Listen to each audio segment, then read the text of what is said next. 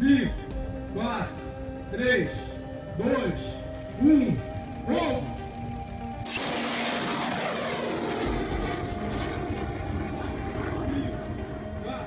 얼마 전 대전차 부대를 구성했던 브라질이 이번엔 대함 미사일 포대 구축을 시작했습니다. 지난 3월 13일 브라질 해병대 사령관 카를로스 브라가 제독은 해병대 포병대대 안에 대함미사일 포대를 구축하겠다고 밝혔는데요. 여기에 소요되는 주요 장비로 자국에서 만든 아스트로스 다연장 로켓을 언급했습니다. 이미 아스트로스의 제조사이자 브라질 최대 방산 기업 아비브라스는 벤츠의 6x6 8기통 디젤 트럭을 개조한 버전 개발에 돌입했으며 두 대의 시제품이 3월 16일부터 시작된 잔다르크 2025 상륙 작전에 참가한 상태입니다. 다연장 로켓 시스템은 현대전장을 기점으로 그 중요성이 주목받은 무기 체계로 브라질처럼 긴 해안선을 가진 국가가 대함 대응 체계로 결정했다면 그에 상응하는 성능이 보장되어야 합니다. 현재 글로벌 다연장 로켓 시장에서 가장 주목받는 존재는 당연히 하이마스와 대한민국의 천물을 들 수가 있는데요. 브라질이 만든 아스트로스는 그야말로 변방 중에 변방이 만든 수준 떨어지는 체계란 평가를 받고 있습니다. 사실 아스트로스는 1960년대부터 개발된 무기체계로 미국의 금수조치와 소련과의 협상 난항으로 브라질은 국내 개발을 택할 수밖에 없었는데요. 현재에 와선 이 당시의 결정이 악수 중에 악수로 평가받고 있습니다. 아스트로스는 1990년대까지 이란, 이라크 전쟁, 앙골라 내전 등 제3세계 다양한 분쟁 환경에 수출되었지만 현재에 와선 현대적인 다연장 로켓인 하이마스와 천무에 밀려 오직 브라질 내수용으로만 사용되고 있습니다. 현재 브라질 국방부와 제조사인 아비브라스는 AVTM-300 순항미사일과 통합체계를 위한 아스트로스 2020 사업을 추진하고 있는데요. 아스트로스의 사거리를 40km로 향상시키고 GPS 유도체계를 갖춰 정밀도를 높이는 개량 사업을 진행하고 있습니다. 그래서 준비했습니다. 오늘은 브라질 육군의 야심찬 프로젝트 차기 다연장 로켓 시스템 아스트로스와 대한민국의 천무를 자세히 비교해 보겠습니다.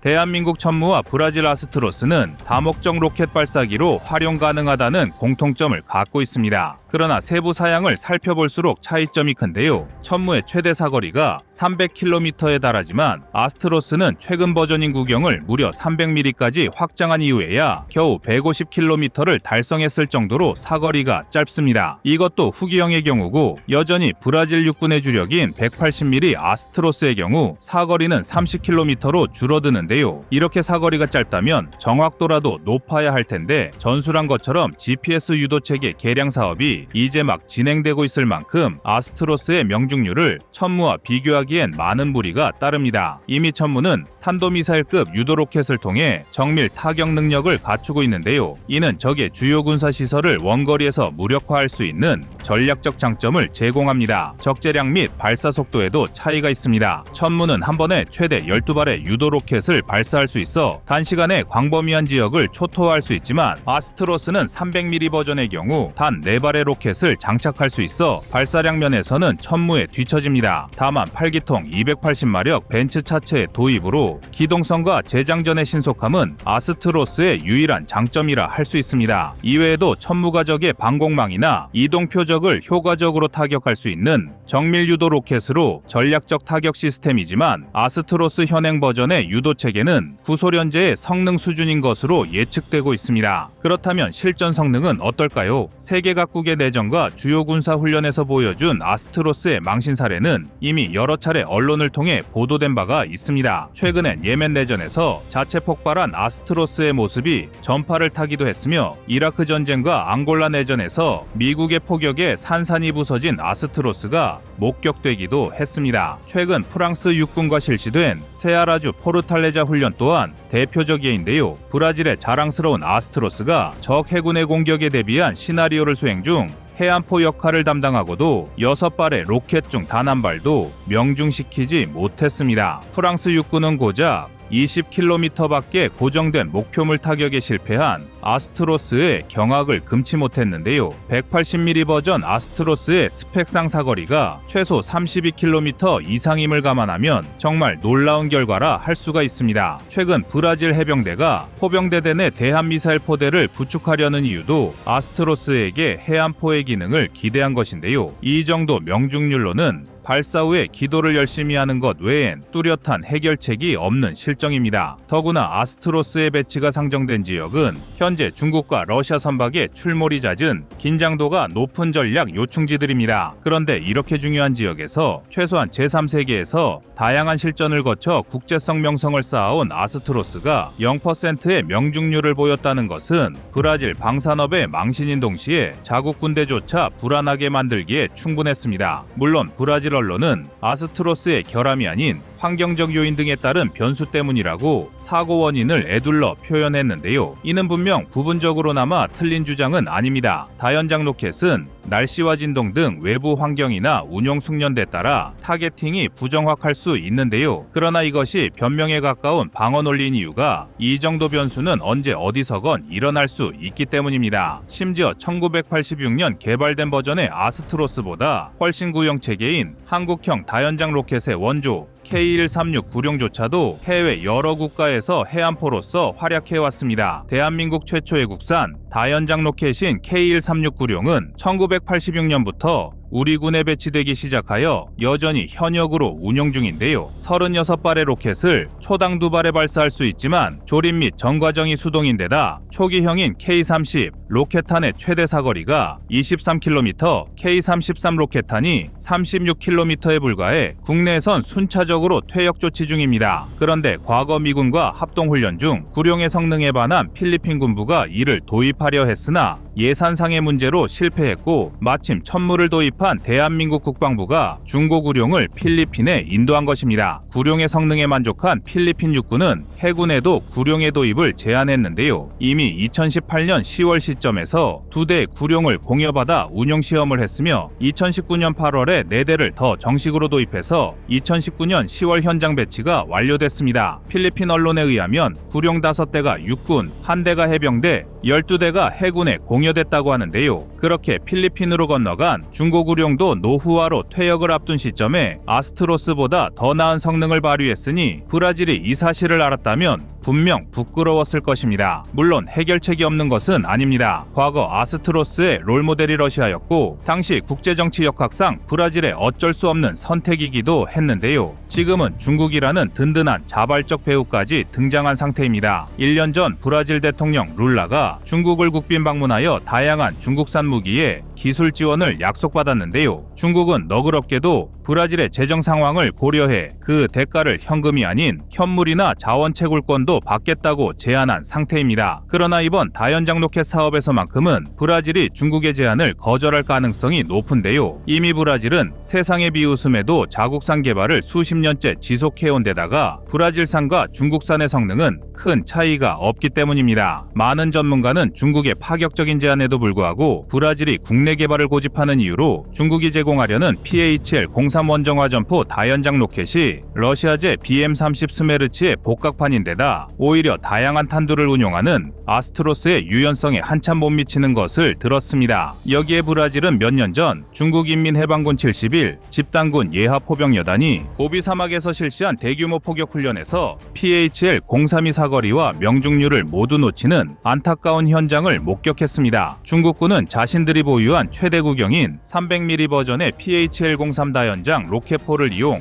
모의 표적 사격 훈련을 했는데요. 각 로켓의 표준 무게 800kg, 탄도무기 280km의 파괴력에 집착했기 때문인지 자체 표적 기능을 가졌음에도 명중률은 형편없었습니다. 다만 원래 주 용도가 원거리보다는 입마살상용, 특히 티베트 지역에서의 봉기를 무력 진압하기에 안성맞춤인 무기로 클러스터 탄두를 기준 한 개 포대가 일제 사격 시 최대 67헥타르, 무려 20만 평의 영역을 파괴할 수 있는 것으로 알려졌습니다. 그러나 브라질이 중국처럼 독립을 주장하는 자치구를 둔 공산국가도 아니고 내전 상황은 더더욱 아니니 PHL-03의 기술을 도입한다 해도 큰 도움은 안 될 텐데요. 오히려 자체 개발을 포기하고 성능 위주의 하이마스나 천무를 도입하는 것이 이득이라는 내부 목소리도 나오고 있습니다. 더구나 기술 이전의 까다로운 미국보다 천무는 국산화율 90%에 달하는 순수 국내 기술에 기반한 무기 체계라 할 수가 있는데요. 천무는 브라질이 선택할 수 있는 몇 가지 안 되는 선택지 중 가장 현명한 대안이라 할 수 있습니다. 결론적으로 브라질의 아스트로스는 자국 방위 산업의 도약을 상징하는 제품이라 할지라도 기술적 완성도나 글로벌 시장 경쟁력 면에서 한국의 천무를 따라잡기에는 아직 갈 길이 멀어 보이는데요. 올해도 천무가 글로벌 무기 시장에서 더욱 돋보이는 존재로 빛을 발하길 기원하겠습니다.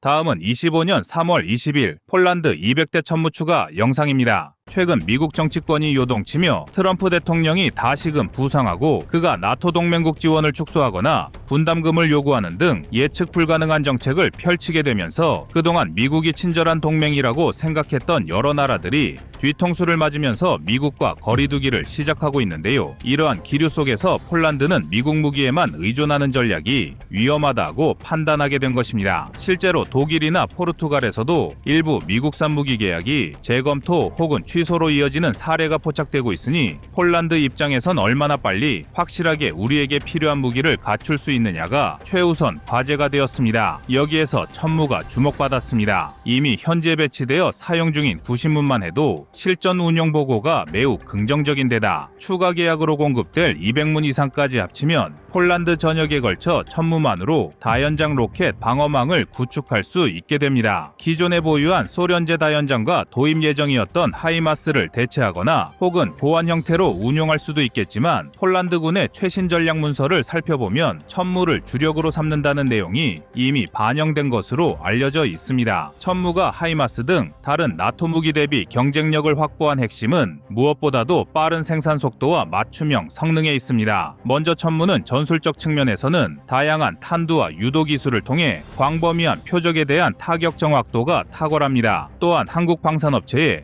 유연한 공급 체계가 단기간에 대량 도입을 가능케 하여 국가별 요구사항에 맞춘 옵션 제공이 수월한데요. 특히 무엇보다 단가 대비 우수한 성능이 실전 운용에서도 입증돼 군사적 신뢰도를 높이고 있습니다. 폴란드의 초고속 납품 사례로 실증된 이 능력은 하이마스와 달리 생산 라인 확충과 변형 탄약 개발 측면에서 기동성을 극대화했다는 점이 특히 돋보입니다. 즉 전투 현장의 다양한 요구에 맞춰 신속히 대응 가능하다는 강점이 천무의 결정적 우위로 평가되며 이런 요인들이 합쳐져 하이마스 대비 가성비 높은 다연장으로 평가받고 있습니다. 특히 폴란드가 1년도 채 안 되는 기간에 무려 90문 이상의 발사대를 수령하고 추가로 200대를 넘는 대규모 계약까지 체결했다는 소식이 전해지면서 각국 군사 관계자들은 혀를 내두를 수밖에 없었는데요. 먼저 폴란드가 이토록 서둘러 다연장 로켓 전력을 확충해야 했던 이유는 바로 러시아와의 긴장 고조입니다. 러시아 우크라이나 전쟁이 장기전 국면으로 접어들면서 폴란드는 나토 동부 전선에서 사실상 최전방 기지 역할을 맡아야 하는 상황이 되었습니다. 전쟁이 확산될 경우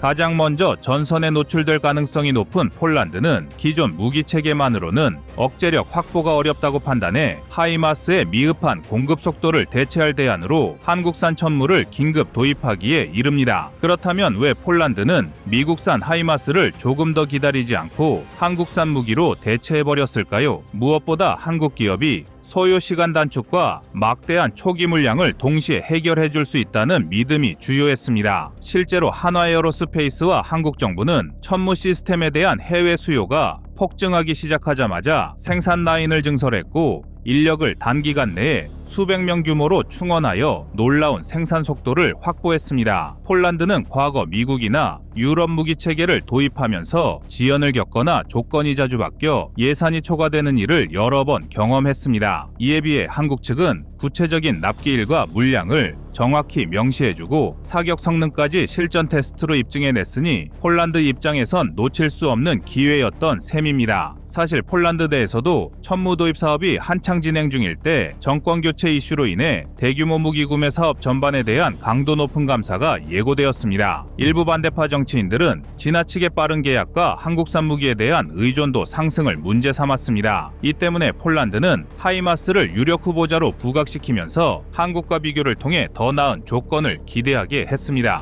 하지만 결과는 폴란드 정부와는 반대로 흘렀습니다. 폴란드 감사위원회에 따르면 천무 사업의 계약서와 실제 납품 과정과 폴란드 현지 군수산업 참여 조건 등을 면밀히 검토한 끝에 미국보다 한국과의 사업이 제대로 된 절차를 거쳤다는 결론을 내렸고 오히려 천무 추가 도입분까지 지원하겠다는 결정이 나온 것입니다. 이로써 1차 계약 물량 구신문에 이어 2차 계약으로 총 290문이 거론되었고 이후 부수적인 로켓탄 공급 계약까지 순조롭게 이어졌습니다. 또 여기서 흥미로운 점은 폴란드 정부가 부족한 방위 예산에도 불구하고 한국과의 방산 협력을 우선순위에 놓았다는 점입니다. 러시아의 위협을 가장 크게 체감하고 있는 동유럽 국가 특성상 가장 빠르게 전력을 증강할 수 있는 선택지가 무엇보다 중요한 상황에서 미국이나 유럽 무기업체와의 협력에서는 절대 이 속도를 맞추기 어렵다는 점이 폴란드 정치권 전체의 공감대로 굳어졌고 결국 천무가 폴란드군 현대화의 핵심으로 부상하게 된 것입니다. 폴란드 현지 언론도 이 상황에 긍정적인 반응을 내놓고 있습니다. 과거에는 폴란드가 미국산 무기를 도입하면 정치적으로나 외교적으로 안전하다는 인식이 강했지만 요즘은 군사적 실효성과 납기 속도가 더 중요하다는 쪽으로 여론이 기울고 있습니다. 실제로 폴란드군 훈련장에서 천무를 시범 운용하는 영상을 보면 발사 속도와 연속 타격 능력이 하이마스와 비교해도 손색이 없다는 평가가 자주 나올 정도인데요. 그런데 폴란드가 천무를 대량 도입하면서 발트 3국과 루마니아 그리고 체코 같은 국가들이 일제히 한국산 다연장 로켓 도입 가능성을 검토 중이라는 이야기가 전해지고 있어 또 다른 잭팟이 터질 것이라는 기대감도 고조되고 있습니다. 이는 발트 3국 역시 러시아와 국경을 맞대었거나 지정학적으로 가까운 국가들이기 때문에 빠르고 믿음직한 다연장 전력을 확보하기 위함인데요. 반면 미국 측도 이런 상황에 대해 예의주시하고 있는데요.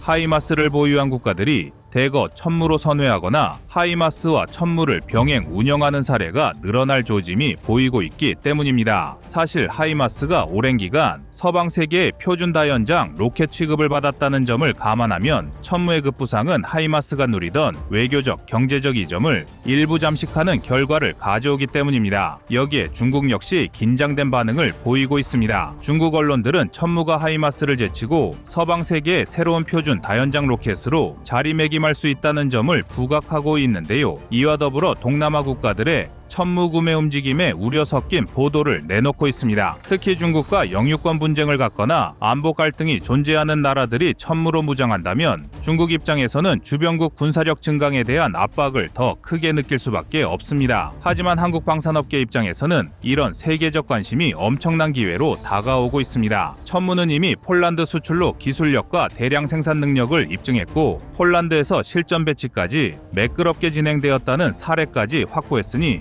다른 국가들에게 자신 있게 계약을 제안할 수 있습니다. 더욱이 각종 사거리 확장형 로켓탄과 유도탄 기술도 지속적으로 개발되고 있어 향후 업그레이드 버전의 천무가 추가 수주를 이어갈 가능성이 높아졌습니다. 결국 폴란드는 천무의 대규모 배치와 관련 로켓탄 계약을 통해 러시아에 강한 억제 메시지를 보내는 것은 물론 유럽 안보 지형에서도 독자적인 군사 강국의 위상을 갖추려 하고 있습니다. 반면 한국 방산업계 입장에서는 폴란드군에서 얻은 실적을 발판 삼아 나토 국가 전체를 무대로 삼을 수 있는 기회를 얻게 된 셈입니다. 폴란드는 현재 발사대뿐만 아니라 수십만 발 이상의 로켓탄까지 한국에서 공급받을 예정입니다. 로켓탄 사업 규모가 발사대 계약 규모보다 훨씬 크다는 점을 감안하면 천무 사업은 일시적인 무기 수출을 넘어 오랫동안 이어질 대규모 국방 협력 모델이 될 가능성이 큽니다. 이를 통해 한화 에어로스페이스를 비롯해 천무와 관련된 여러 한국의 방산 기업들도 덩달아 입지를 넓혀갈 것으로 예상되는데요. 무엇보다 이번 폴란드 천무 도입 사례는 한국이 미국을 비롯한 기존 강대국들을 상대로도 속도와 품질 모두에서 뒤처지지 않는다는 강력한 메시지를 던졌습니다. 그리고 그 결과 유럽 전역에서 하이마스를 보조하는 역할이었던 천무가 이제는 하이마스를 완벽히 대체하는 독자적인 무기 체계로 자리 잡고 있습니다. 세계 방산 역사상 전례 없는 공급 속도와 성능을 결합해 폴란드에 연이어 납품 중인 천무는 단순히 한 번의 성공 스토리를 넘어 한국 방산 역사의 새 장을 열어젖힌 사건으로 자리매김하고 있습니다. 이상 꺼리튜브였습니다.